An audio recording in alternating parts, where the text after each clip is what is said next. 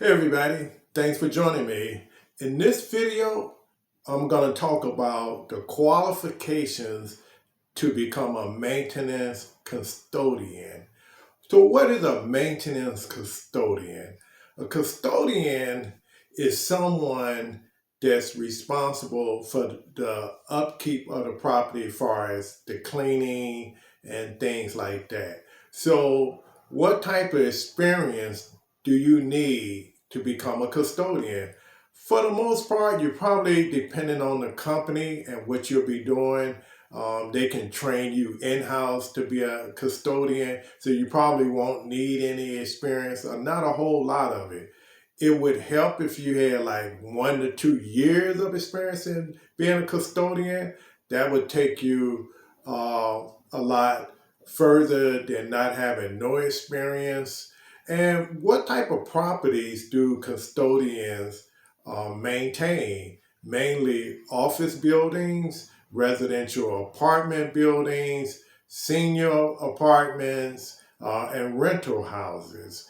And what type of work is involved with being a custodian? Well, you'll be maintaining the cleanliness of the outside of the building, as far as cleaning around the building, making sure there's no garbage or debris around the garbage dumpsters. You want to power wash the sidewalks in the warmer months to keep everything nice and fresh, because people have a tendency of using the bathroom behind buildings. So you have to constantly stay on top of that, keep it clean, make sure the windows are clean on the first level. And this way your building is shine. You want to inspect your entry doors, make sure that the entry doors are latching. And if they're not, you want to report it to your supervisor so he can get a maintenance guy to come out and take a look at it.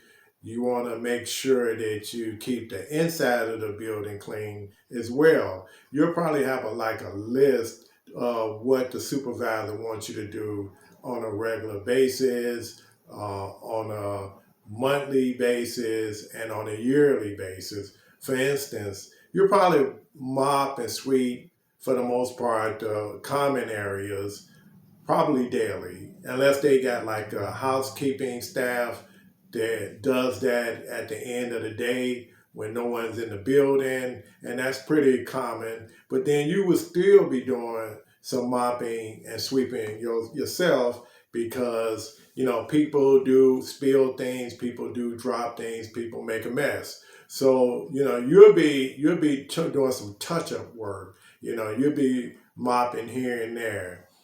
You would upkeep the bathrooms throughout the day. You would keep the urinals and the toilets and everything like that nice and clean periodically through the day. You would go in the bathrooms and check them and make sure that all the bathrooms are nice and clean, no paper, garbage is all over the place, and the toilets aren't clogged up. Now, if the toilets are clogged up, and you think that you can take a plunger and unclog it, that would be a plus for you, because the manager would like that you take an initiative to unclog a bathroom sink or a toilet without him having to go put a work order in to have a service guy come to your property. If you don't have one there, you'll be waxing floors from time to time and buffering them, and all it is like a scrubber, and you just put some floor stripper down, and you strip it, and then you put some floor protection on it, like some wax, and then that's how you would maintain it, probably quarterly or every 6 months or maybe once a year, depending on what the manager wants you to do. You'll probably be ordering, or at least giving the manager a list of items you need for janitorial, far as cleaning materials, paper towels, mop heads, a floor cleaner, disinfectant. You would have like a little list that you would keep um, in charge of knowing what you have in stock.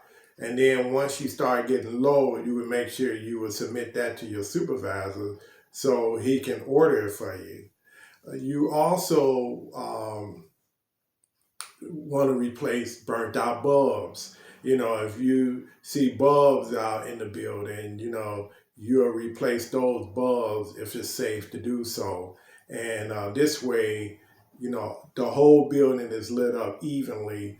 The worst thing that you want to have in your property is burnt out bulbs, burnt out exit bulbs and stuff. It just make it look like someone's not really paying attention to the building. And it might be two custodians at the building, or it might just be one.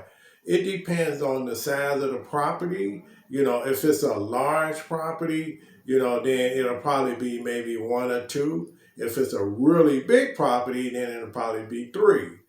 And then, you know, so you would go around and you would maintain it. But for the most part, if it's a mid-sized property, it'll probably be just you and maybe a maintenance guy. And, you know, y'all would be in charge of keeping the building in tip-top shape. Now, if you got, let's say, grass or you got weeds and stuff like that, mainly the custodian would probably take care of it if they don't have a landscaping company coming out to do it, or you'll probably do it like in between the guy coming out to do that. You'll be responsible for like all deliveries coming to the building. Let's say if something comes to the building, packages, stuff like that, you'll probably have like a room that you can store it in and then give it to the person that it was delivered to if they're not around. What are some of the other things? You know, you'll probably, you know, not be confrontational, but you'll probably ask people not to hang out behind your building, you know, and if they become confrontational, then you would report that to the manager and the manager will take it from there. What are some of the other things that I hope I didn't leave out anything? You know, we talked about removing debris around the outside of the building. We talked about mopping and waxing as needed or on a regular basis. And pretty much that's what a custodian do. Now you have two different types of building custodians. You have one that would probably go from one place to another, and he would use his own car and gas, and then, you know, they would allot you X amount of dollars to do it. But the best custodian, because I used to be one at one time, is the one that's at one building. You know, you're not burning gas, you're not putting any wear and tear on your car. You know, you at that one particular property all day taking care of everything. And it would be a plus if they had like a parking lot. This way, you don't have to pay for parking. And the pay scale on something like that, it depends. If you're in a union, you'll probably make more money because it's a union. However, you'll probably have to take classes from time to time, and you have to get some certifications and things like that. If you just a custodian for a management company, you'll probably make a little less, but then you don't have to do all those, you know, classes and all the other things the union wants you to do. So that's what it takes as far as qualifications to become a custodian. I think that's the entry door into becoming a maintenance technician. And in my next video, I'm going to talk about what is a maintenance technician, what is his job, and then from there we'll go from maintenance technician to a building engineer, and then from a building engineer to chief engineer. What are some of the qualifications and what are some of the duties you need to have on those levels of maintenance? So that's all I have for you. Again, this is Kay, back at it with a new video. Take care, guys.